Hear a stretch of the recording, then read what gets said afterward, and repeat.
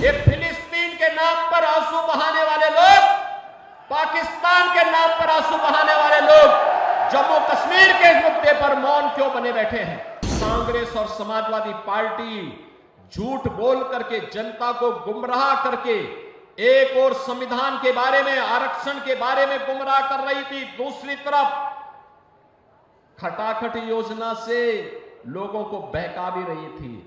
गंगा के सरगनाओं को सबक सिखाने के लिए और उनके बारूद पर पानी डालने के लिए हैंडपंप लेकर के मिथिलेश जी आए हैं। आपने हाल ही में जम्मू कश्मीर विधानसभा के अंदर उस प्रस्ताव को देखा होगा जिसमें उन्होंने कहा है कि हम कश्मीर के अंदर धारा 370 को फिर से बहाल करेंगे। यानी आतंकवाद की जड़ जो धारा 370 है, जिसे 5 अगस्त 2019 को प्रधानमंत्री मोदी जी ने हमेशा के लिए समाप्त कर दिया है।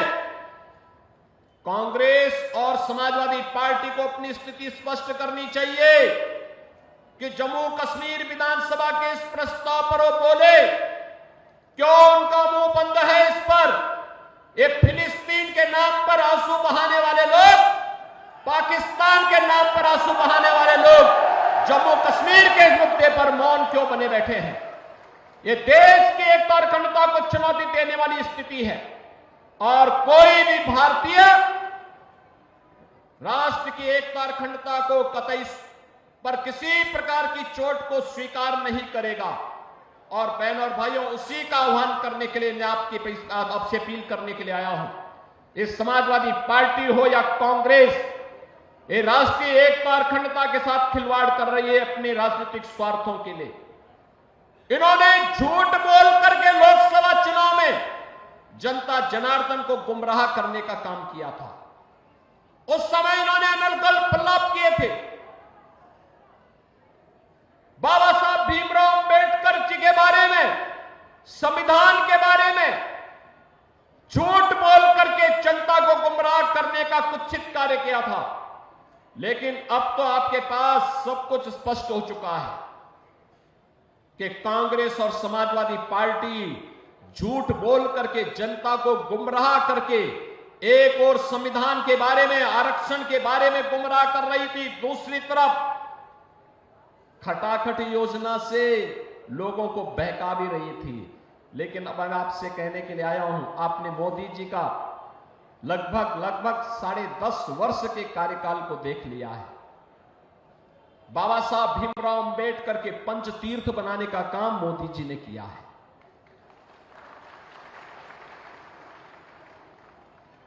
भारत रत्न के रूप में चौधरी चरण सिंह जी का सम्मान करने का काम है मोदी जी के नेतृत्व में हुआ है।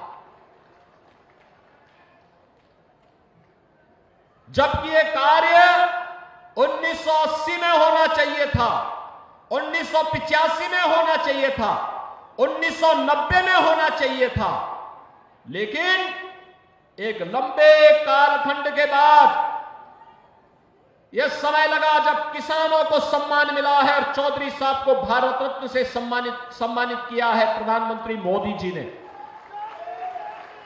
बहनों और भाइयों, 1857 के प्रथम स्वातंत्र समर के दौरान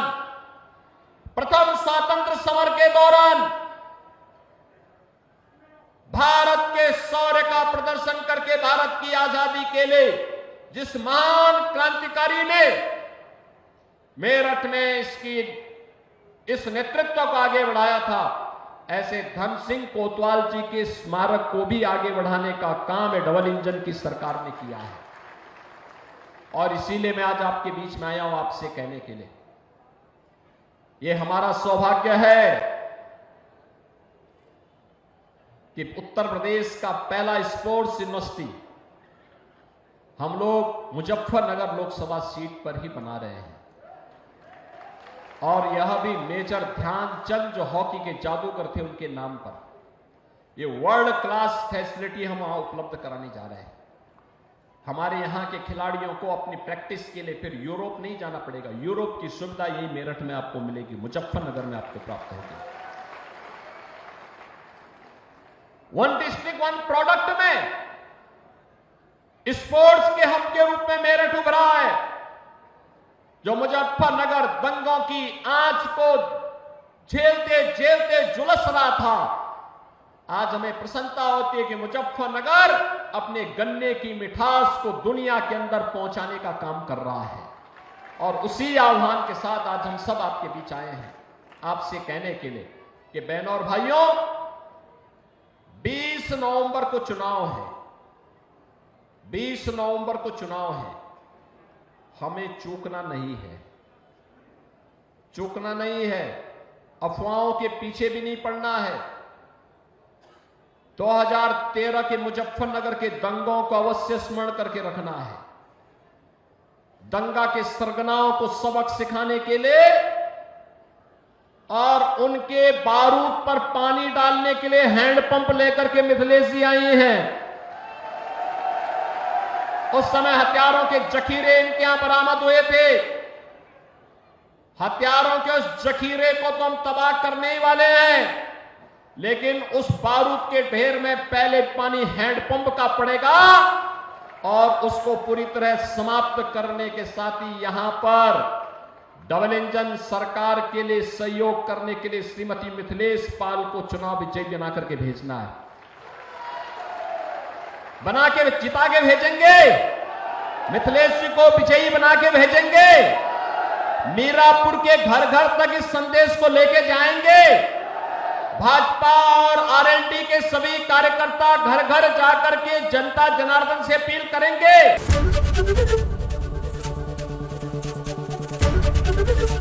एबीपी गंगा, खबर आपकी, जुबान आपकी।